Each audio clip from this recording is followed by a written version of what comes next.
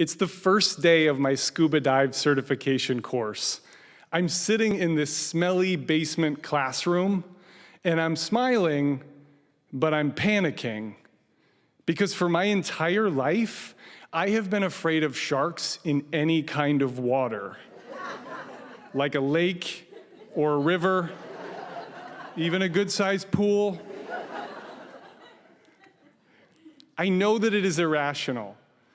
I also know there's a photo of me on the fridge in my mom's house. I'm 4 years old, I'm standing in front of a swimming pool, and I'm crying my eyes out because that little boy is picturing sharks hurtling toward him.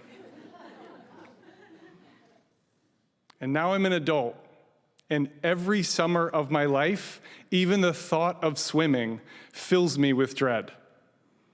Now, summer is a time to relax, to unwind, and for some reason I decide this is going to be the summer that I'm going to face my fear of sharks.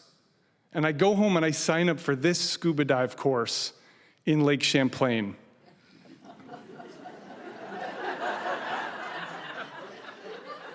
It's a courageous half step. Class begins and we learn hand signals and safety skills, and then we're paired up with our dive buddy. And mine is Tanya, and she's the wife of a dive master. And Tanya doesn't know it yet, but I'm a real short straw dive buddy for her. There is a panic attack in my immediate future, I'm sure of it. And then we're driving to the beach. We're putting on the gear and we're wading out into the water. And as soon as we go beyond where I can touch, all I can picture are sharks swimming all around me. Every second, every sound, I think will be my last. And my hands are shaking. I think I'm actually sweating in this freezing cold lake water. And my mind is shutting down. And so I need something to focus on. So I look over at Tanya. And Tanya is going through something. She's floating on her back. She's looking into the sky. She's not talking to me. And I think this is not how I saw this going. I don't know if you've ever had to improvise a motivational speech to a catatonic, complete stranger. It will not go perfectly. I began with, "Hey, Tanya, do you do yoga?" Because you should. I mean, not now, but you should do yoga. I've done 2 classes of yoga, so I feel qualified to share something I've learned, which is, if you have a thought that's overwhelming you, to just focus on your breath. And Tanya doesn't say anything, but I can tell she's listening, so I keep going. I said, now take that thought and picture it like a note. And tie that note to the leg of a bird. Because there's a string on the note, I should have said that, and there's a bird, also should have said that, and there's a window. You're gonna wanna open the window for the bird. This has gone off the rails. It sounded way cooler when Yogi Patrick did it. I try to take the pressure off. I say, Tanya, look, we don't even have to dive. We can just float here. It's a beautiful day, and I don't know about you, but I am loving how it feels to pee in this wetsuit.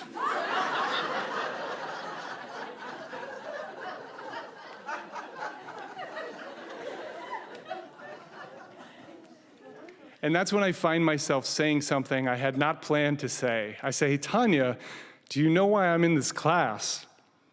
I'm in this class because I'm afraid of sharks in any kind of water, like a lake or a river or a good-sized pool. And Tanya laughs because everyone laughs. But I also believe that every minute you face a fear, you are 1 minute less afraid. I just have to do this minute. If you want, we can just do this minute. And that's when the worst possible thing happens. Tanya completely recovers, puts on her mask, and gives me the hand signal to descend. And I think, yeah, thumbs down, Colin. Why did you do such a good motivational speech?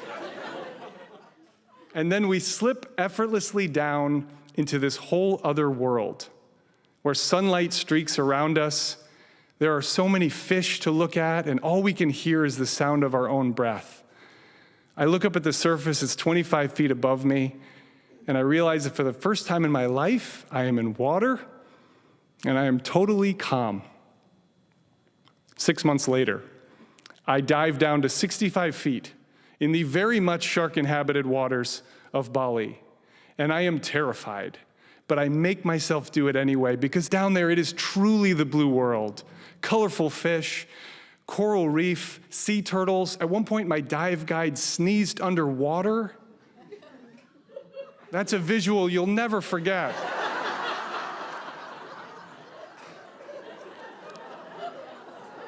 And down on the ocean floor, I think about that 4-year-old boy crying next to a pool, and I think, you are not going to believe where this story is going to take you. And all you need to know to do is to take that thought and tie it to the leg of a bird. And when that doesn't work, focus on your breath, find a buddy, feel the fear but act anyway, and remember, every minute you face a fear, you are 1 minute less afraid. Thank you.